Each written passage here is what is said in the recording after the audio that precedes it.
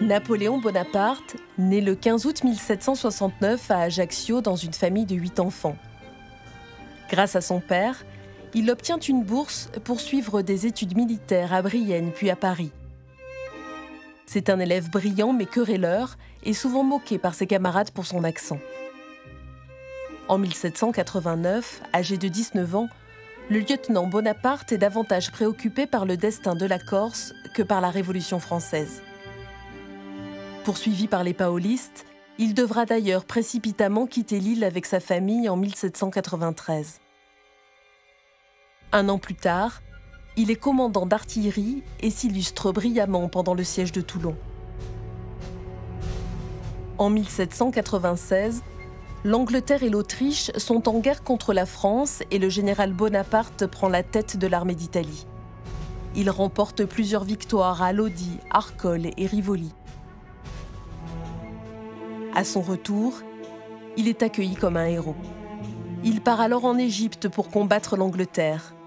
Il est accompagné de savants, d'ingénieurs et d'artistes chargés d'étudier le pays.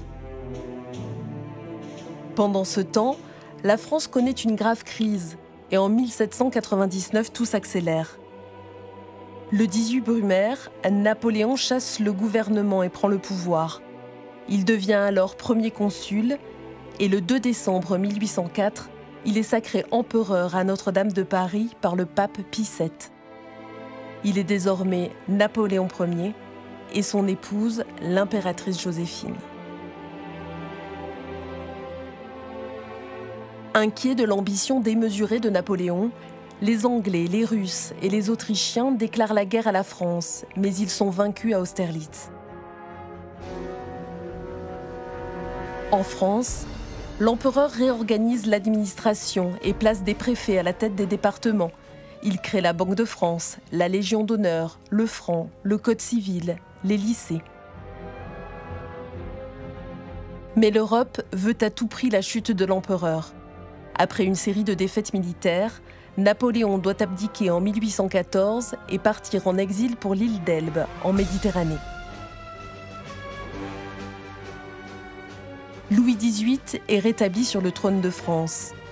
Le 1er mars 1815, Napoléon revient triomphalement à Paris et gouverne de nouveau au cours des 100 jours. Anglais, Russes, Prussiens et Autrichiens s'unissent une nouvelle fois contre lui et le battent en Belgique à Waterloo. L'empereur se rend aux Anglais, qui l'exilent sur l'île de Sainte-Hélène, à plus de 7000 km de Paris, où il meurt le 5 mai 1821 à l'âge de 51 ans. Ses cendres sont rapatriées en France aux Invalides le 15 décembre 1840.